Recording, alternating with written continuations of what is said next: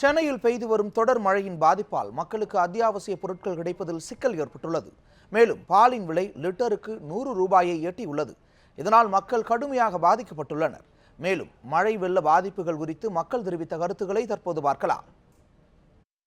Train இல்லை, bus இல்லை, எதுவுமே கிடைக்கல, வர முடியல. பஸ்ஸும் இல்லை, சாப்பாடு எங்கேயும் கிடைக்கல, பால் கிடைக்கல, டீ கிடைக்கல, இங்கெல்லாம் தண்ணிக்குள்ளே கிடக்கிற, யாருமே சாப்பாடு கொடுக்கல. என்ன பண்ணுறதுன்னு ஒன்றுமே தெரியாமல் மக்கள் முழிச்சுட்டு இருக்கிற ரோட்டில் காற்று கிடக்கிறேன்.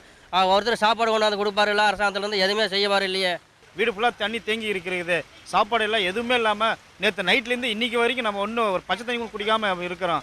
எங்கே போனால் ரேட் அதிகமாக இருக்குன்றாங்க, எந்த பொருள் வாங்கினாலும் விலை அதிகமாக இருக்குது, டபுள் மடங்குன்றாங்க. போக்குவரத்து முடங்கி போயிருக்குது, தண்ணியெல்லாம் வீடு ஃபுல்லாக தெரு ஃபுல்லாக எல்லாமே இருக்குது. நிறைய பேர் வெளியே வர முடியாது உள்ளே இருக்கிறாங்க, நிறைய குழந்தைகள் பாதிக்கப்பட்டுக்கிறாங்க. விடாத கனமழைனால இன்றைக்கி மக்கள் எந்த அளவுக்கு பாதிக்கப்பட்டிருக்காங்கன்னு வாயிலில் வார்த்தை சொல்கிறதுக்கெல்லாம் வார்த்தையே கிடையாது. இது தமிழக அரசு உடனடியாக இதுக்கு உண்டான உதவிகளையும் மக்களுக்கு நேரடியாக வந்து பார்க்கணும். அப்போ தான் அவங்களோட கஷ்டம் தெரியும்.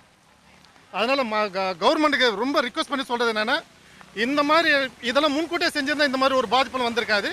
தயவுசெய்து இப்போவாது இனிமேலாவது அடுத்து இந்த மாதிரி நடக்காத அளவுக்கு கவர்மெண்ட் உதவி செய்யணும்னு தாழ்மையை கேட்டுக்கிறேன். இந்த ரோடு ரொம்ப பாதிப்பு இருக்கனால மக்கள் ரொம்ப கஷ்டப்பட்டுட்டு இருக்காங்க.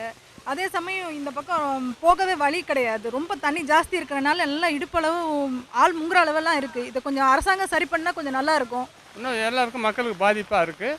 இது உடனடியாக அதிகாரி நிவர்த்தி பண்ணிட்டு தான் இருக்கிறாங்க.